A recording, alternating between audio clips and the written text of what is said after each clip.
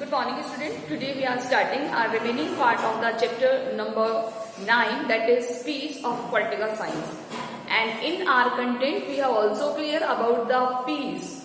So peace is the meaning, that is absence of war in any case, that is absence of war, conflicts, mass chaos, riots.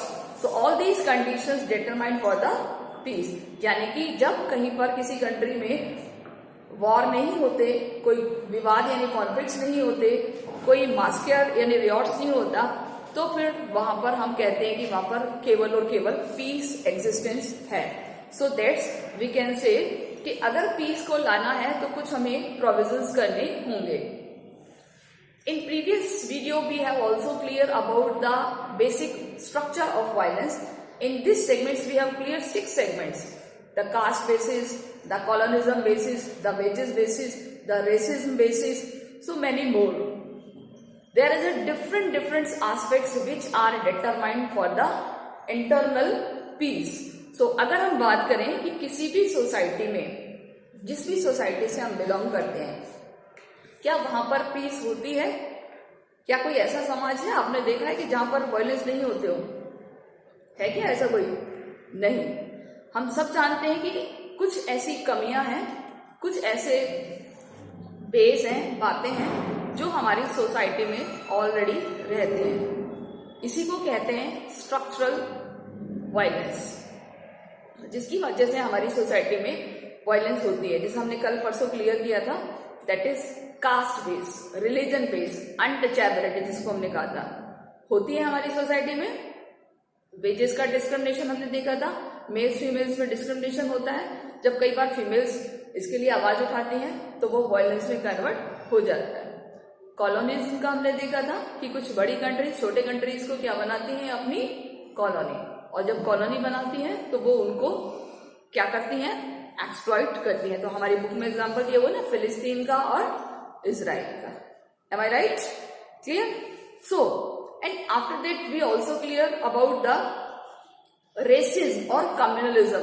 It is also present in our society कि हमारी society में ऐसा नहीं कि सारे के सारे लोग बहुत सुंदर हों, गोरे हों, क्योंकि ये एक हमारा बाई जियोग्राफिकल एनवायरमेंट वाइज हमारा जो कॉम्प्लेक्शन होता है कलर का, वो बाई गॉड गिफ्टेड होता है.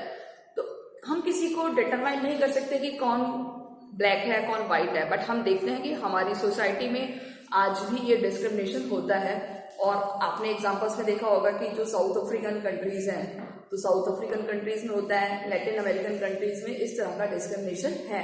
नीग्रोज कम्युनिटी का एग्जांपल हमारी बुक में दिया हुआ है, that is Negroes also face discrimination. Clear?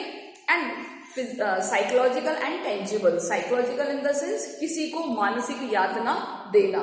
किस तरीके से कि यदि कोई ऐसा काम जो हमारे लिए फेवर में नहीं है और हमारी जो सोसाइटी है वो उसको कर रही है, so that is the unfavourable condition, और वो हमें बहुत ज्यादा टॉर्चर करता है, फिजिकली भी और मेंटली भी. So that is the mentally and physically violence. अगर मैं आपकी क्लास में, जैसे मैंने एग्जांपल देती हूँ कि किसी बच्चे को बहुत ज्यादा अप्रिशिएट करूं और किसी बच्चे को अच्छा काम होने पर भी अप्रिशिएट नहीं करूं, तो क्या उसके मन को अच्छा लगेगा, बुरा लगेगा? ऑब्वियसली बुरा लगेगा.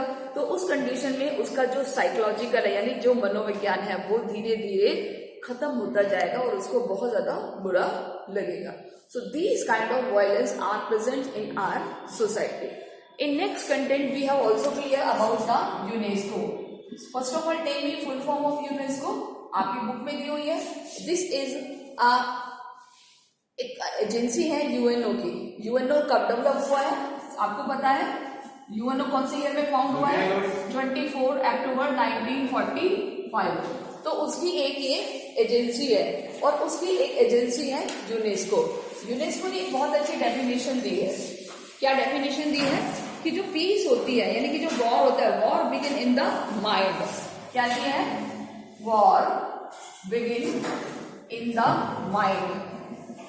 जो वॉर है वो कहां से शुरू होता है? माइंड से ही शुरू होता है. And mind it is in the man, यानी कि इस किसी व्यक्ति के दिमाग में रहता है.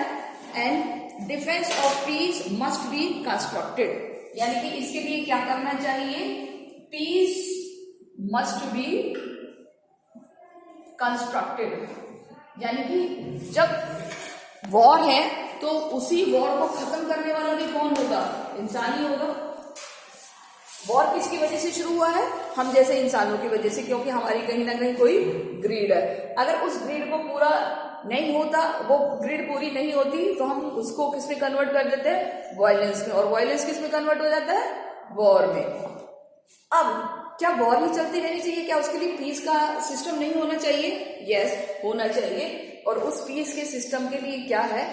केवल और केवल हमें उसकी ऐसी प्लानिंग्स करनी होगी, ऐसी योजनाएं बनानी होगी जो हमारे लिए वो फेवरेबल हो। That is the peace. Clear? तो ये यूनेस्को की स्टेटमेंट आप कर लेना। अब हम हमारा जो नेक्स्ट कंटेंट है उसके बारे में बात करें। Can violence promote peace? क्या वायलेंस पीस को प्रमोट कर सकता है? मीन्स कि अगर वायलेंस है तो वो वायलेंस पीस में कन्वर्ट होगा या को एग्जिस्टेंस में कन्वर्ट होगा। ठीक है, अगर हम बात करें तो यहां हमें देखना होगा कि नहीं, दो चीजें होती हैं। सबसे पहले अगर हम बात करें तो वायलेंस की बात करेंगे। ठीक है, अब आपसे एक क्वेश्चन पूछा जाएगा कि कहीं पर वायलेंस है, कहीं पर हिंसा है, उस वायलेंस को क्या हमें कंटिन्यू करना चाहिए या उसका दी एंड करना चाहिए? उसका हमें दी एंड करना चाहिए। सिंपल सा आंसर है। अब हम उसको जब दी एंड करेंगे तो उसके लिए कुछ प्रोविजंस यूज करेंगे, एंड वो प्रोविजंस किससे रिलेटेड होंगे? पीस से रिलेटेड। क्लियर? तो इसमें हमने देखा है कि जो हमारे प्रोविजंस है वो किसने यूज करे हैं? By the Mahatma Gandhi. और कौन कौन से प्रोविजंस यूज करे हैं? आपने, जैसे मैंने आपको पहले भी बताया था, कल के उसमें भी हमने क्लियर करा था कि गांधी जी ने बहुत सारे मूवमेंट्स चलाए थे। किसके लिए? ब्रिटिशर्स के अगेंस्ट। याद है सबको? कौन कौन से मूवमेंट्स हो सकते हैं? लाइक नॉन कॉपरेशन हो गया, सिविल डिसोबीडियंस हो गया, क्विट इंडिया मूवमेंट हो गया। क्या गांधी जी का कोई ऐसा मूवमेंट था जो वायलेंस से रिलेटेड था? नो। उनके मोस्ट ऑफ जो सिस्टम थे वो किससे रिलेटेड थे? पीस से।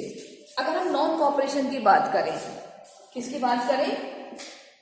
नॉन कोऑपरेशन, असहयोग आंदोलन। दूसरी अगर हम किसकी बात करें? Civil disobedience. अगर हम बात करें क्विट इंडिया की, क्या गांधी जी ने इन सब में कोई हिंसा का सहारा लिया? नहीं। सब में किसका सहारा लिया? कि बातचीत से, पीसफुली मैनर से किसी भी बात को सॉल्व किया जाए, so it will be better for the society.